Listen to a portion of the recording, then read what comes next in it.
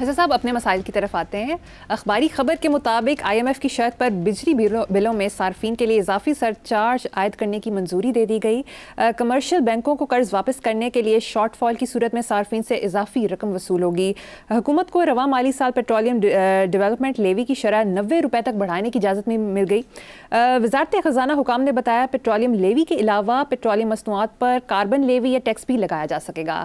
हसन साहब, कुछ रह तो नहीं गया? अच्छा, मैं आपके सवाल की इब्तदाई बड़ी ढिली थी। क्या बातें हैं अपने मसाइल की तरफ। मेरा ख्याल था कि अब कहते हैं ना कि हैंग टिल डेथ, कि अब तुम शुरू हो जाओगी और मैं बैठा बैठा कब्र में उतर जाऊंगा। हमारे मसाइल और आपने ख़त्म कर दिए को 30, 40, 45 सेकंड्स में। हमारे मसाइल इसका बयान शुरू हो तो अल्लाह माफ़ करे सफ़े मातम बिज जाए, ख़त्म होने में ना आए। अच्छा, अब आपने जो कुछ गिनाया है इसके नतीजे में क्या है? अवाम के फेफड़े निकालना बाकी रह गया है। सांस क्यों ले रहे हैं? इस पे टैक्स होना चाहिए। इनके जिस्मों में खून क्यों गर्दिश कर रहा है? निचोड़ते हैं फिर गर्दिश। अच्छा, इनकी खालें इनके जिस्मों पे सलामत क्यों हैं? ये इंसानी खालें एक्सपोर्ट करना शुरू कर दें। आपको पता है हिटलर के ज़माने में उसका कोई पता नहीं क्या था, पता नहीं गोबल्स या पता नहीं, मुझे बंदा शायद मैं नाम गलत ले रहा हूँ, वो किसी की बीवी का शौक़ था इंसानी खालें उतरवा के उनको सारा प्रोसेस करा के उनके वो जो टेबल लैम्प्स के नहीं होते, ये अभी तो हुआ ही कुछ नहीं है। और बात सुनो, ख्वाजा आसिफ ने जो कुछ कहा जिस पे मैंने उनको बहुत ज़्यादा अप्रिशिएट भी किया, क्योंकि मैं ये नहीं देखता कौन कह रहा है, मेरा सगा है सुतेला है ना, क्या कह रहा है। उस बंदे ने इस गवर्नमेंट का हिस्सा होते हुए माली फहाशी कहा। अब मैं इससे आगे क्या करूं? अच्छा, अभी तो ये 47 की इब्तदा है। 47 से मुराद, मेरी माफ़ करना, वो 1947 नहीं है। आगे आगे देखिए होता है, अभी तो बहुत कुछ बाकी है। नाखून उतार लें, वो उनको बाहर बेचा जा सकता है। बाल, दिल, मैदे, गुर्दे, वो ट्रांसप्लांट के लिए एक्सपोर्ट किए जा सकते हैं। मुझे नहीं पता, दिमाग हो सकता है, लेकिन दिमाग चूँकि हमारे लोगों में है नहीं, वरना ये सवार होते हैं। इनकी खोपड़ियों में अगर दिमाग होते, ये होते, पूरा मुल्क उठा के देख लो कौन कौन चिंबड़े हैं। सो दिमाग तो हमारा नहीं एक्सपोर्ट, उसको तो किसी ने ज़्यादा से ज़्यादा ब्रेन मसाला को बना ले तो बना ले, दिमाग इस्तेमाल करने के लिए नहीं। और आखिरी एक खबर मैं ऐड कर देता हूँ, स्टील इंडस्ट्री, ये मैंने पढ़ा है, मुझे क्या पता, तबाही के धाने पे है। 20 लाख मुलाजमतें ख़तरे में, और महंगाई इन्होंने कंट्रोल कर ली है। जाओ जाके बाजार, पता नहीं कहाँ रहते हैं, कौन लोग हैं, क्या करते हैं, कितनी इनमें अजीब व गरीब किस्म की जुर्रत है। अपनी तनख्वाहें ज़रबें दे ली, वह है 35,000 तो फलाना हज़ार, पता नहीं, आई डोंट नो। चलो वैसे दूसरी तरफ वफाकी हुकूमत ने 1 से ज़ायद सिंगल मीटर्स का रिकॉर्ड मुरतब करने का फैसला कर लिया है। जांच पड़ताल के दौरान ज़्यादा मीटर्स होने से इमारत के पोर्शंस और ख़ानदानों का अंदाज़ा हो जाएगा। ये जो पहली खबर आई थी ना कि 1 से ज़ायद मीटर्स पे ये होगा वो होगा, मुझे ये घटिया, बाजारी और फजूल लगा। देखो प्रैक्टिकली ग्राउंड रियलिटीज क्या है। चोर भी हैं यहां, ऐसे ऐसे बदबख्त, मनूस और लानती भी हैं जिन्होंने 8-8, 9-9, लेकिन एक 6 बेडरूम का घर है, विडो है, उसने एक हिस्सा रेंट किया हुआ है, किस तरह मुक्केगा? फैमिली है, बेटा नीचे रह रहा है, इंडिपेंडेंट है, या ऊपर रह रहा है, पेरेंट्स नीचे रह रहे हैं, या जो भी है, नॉर्मल है, किराएदार है। तो यार पता नहीं ये डंगर किस तरह सोचते हैं, इनको ख्याल ही नहीं आता। जहां लगे हुए हैं दर्जनों के हिसाब से। हाँ, और ये फैसला जो अब आया है, मैं अखबारों की बात कर रहा हूँ, मुझे ये फैसला लगा जैसे, तो मैं क्या बात करूं, किसी ने भंग पी के किया है। 2 मीटर ना हो, वो नॉर्मल है। हमारी अपनी सोसाइटी में गेटेड कम्युनिटी है, बहुत आला बंदोबस्त है। वो नॉर्मली जवान बेटा है, वो अपनी फैमिली के साथ ग्राउंड फ्लोर पे, पेरेंट्स ग्राउंड फ्लोर पे हैं, वो ऊपर रह रहे हैं। लेकिन वो चूँकि बेटा इंडिपेंडेंट है, बाप रिटायर्ड है, फलाना है टमकाना है, या लोगों ने रेंट किए हुए, या 2 भाई रह रहे हैं, वो तो चवलों वाला काम है ना, उसका फैसला कैसे होगा। अच्छा, एक घर में एक से ज़्यादा मीटर वाली बात जो है, ये तो है मकाना फजूल और घटिया बात थी, लेकिन अब जो रिकॉर्ड उन्होंने मुरतब करने का फैसला किया है वो बहुत आला है। क्योंकि हम लोग हर चीज़ को एब्यूज़ करते हैं, मिसयूज़ करते हैं। यहाँ मैंने अभी कहा ना, कई घरों में 7-7, 8-8, 9-9 मीटर्स। मुझे तो ये बात बताई अतर ने, अंदाज़ा लगाओ। अब ऐसे लोगों को तो अब मैं क्या करूं, इस मुल्क का इसके अलावा हल कोई नहीं। बाजवा साहब वो कहा करते थे कि मुझे किसी चीनी ने मशवरा दिया था कि इस मुल्क में ना 5-4 हज़ार बंदों को फायरिंग स्क्वाड के आगे खड़ा करो, ठीक हो जाएगा, तुम्हारे मुल्क का मसला नहीं इसके बगैर हल होना।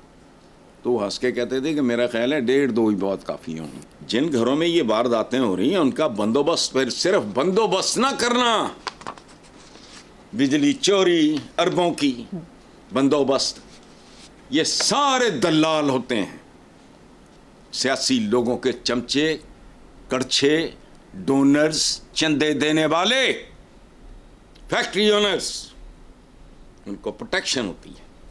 क्योंकि जो इनसे जगह वसूल रहा होता है उसको पता होता है कि इनको फैसिलिटेट करूंगा तो फिर ये मेरी देखभाल ज़रा और बेहतर तरीके में ख़त्म। आगे चलो साहब, गुज़िश्ता दिनों पीटीआई के रहनुमा असद कैसर ने पीपल्स पार्टी के राजा परवेज़ अशरफ से बजट के बाइकआउट में साथ देने की दरख्वास्त की। राजा परवेज़ अशरफ ने पीटीआई की पेशकश बिलावल भुट्टो के सामने रखने की यकीन दहानी कराई। क्या पीपल्स पार्टी पीटीआई का साथ देगी? देखो, इस बेसिक अवामी मसले, क्राइसिस मसला भी नहीं, ये अलमिया है।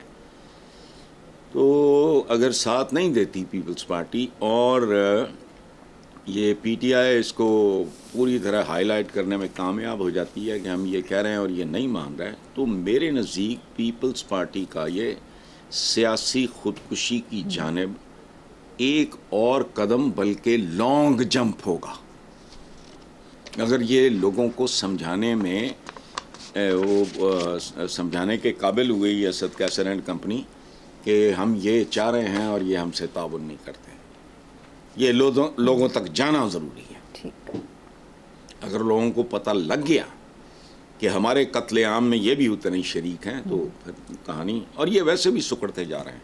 मेरा नहीं ख्याल कि ये बहुत ज़्यादा देर लास्ट कर सकेंगे सिंध में भी।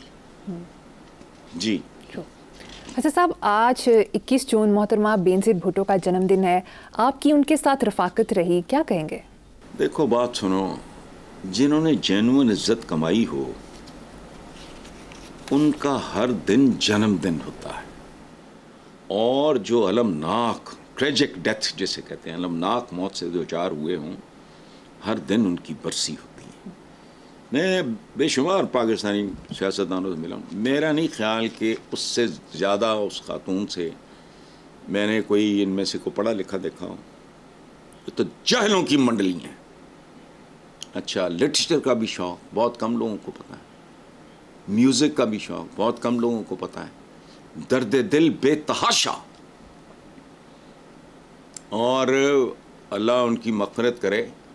मेरा उनके साथ बहुत एक अजीब तरह का वो कभी फ्लक्चुएट करता रहता था ताल्लुक़, चूँकि मैंने सुनी सनी तो कभी किसी की नहीं है, की अपनी मर्ज़ी है, तो वो दायरा वो मेरी उनकी मुलाकात की तस्वीर द मोमेंट, वो पता है क्या, जहांगीर बदर के घर 86 में, तो जे भी मेरा यूनिवर्सिटी का मेरा सीनियर था, तो आई वाज आल्सो इनवाइटेड, तो तस्वीर मौजूद है, वो पता नहीं कैसे कैप्चर हुई, मुझे तो नहीं पता। मैं बिल्कुल बेनज़ीर और टिक्का खान के पीछे, ये दो आगे बैठे थे, मेरे दाएं बाएं लाहौर का प्रेसिडेंट मुख्तार अवान, एक मुल्तान से इनके मिनिस्टर, वो बैठे थे। तो मुझे जहांगीर बदर ने कहा, यार अपना ओ यार तू अगे हसनसार, तू आगे आ जा, मतलब अगली रो में। बीबी ने जूँ ही पलट के देखा किसी ने तस्वीर बनाई मेरे पास है, और मेरा ख्याल है कि जैसा खराज तहसीन जैसा कॉम्प्लीमेंट बीवी ने मुझे दिया है, इट्स ऑन रिकॉर्ड।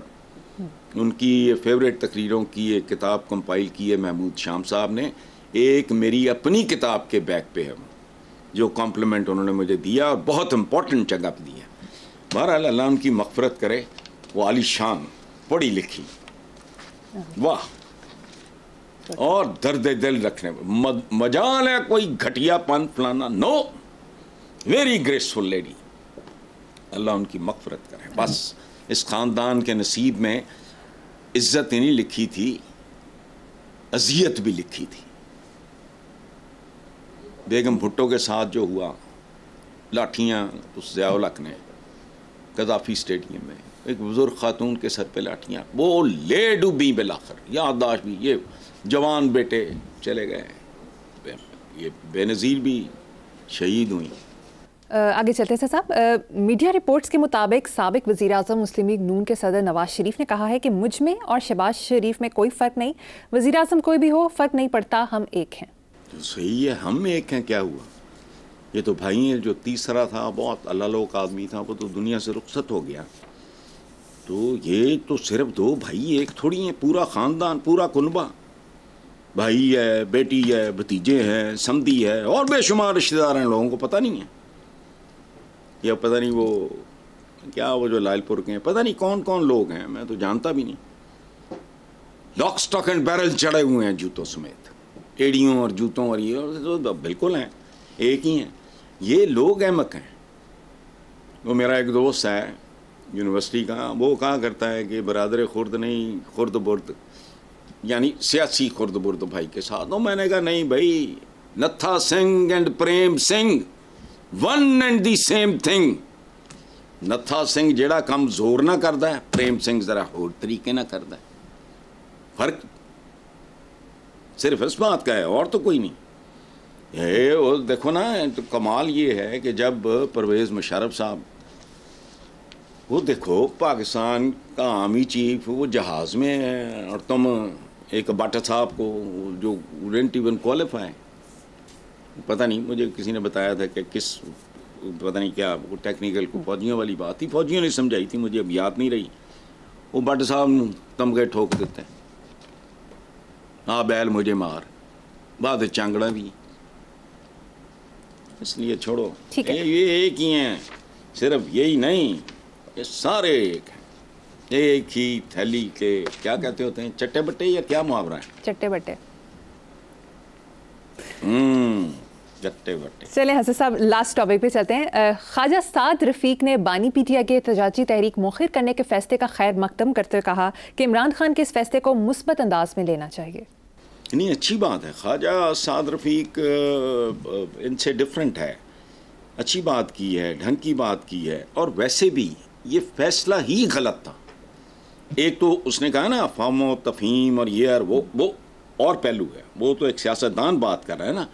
मुझे पहले भी ये फैसला बड़ा नामाकूल लगा था। वजह पूछो, वो शदीद गर्मी, ऊपर से अब जो हो रहा है कि जिस किस्म का वेदर फोरकास्ट किया जा रहा है, वो उसके बाद को करना है तो करो।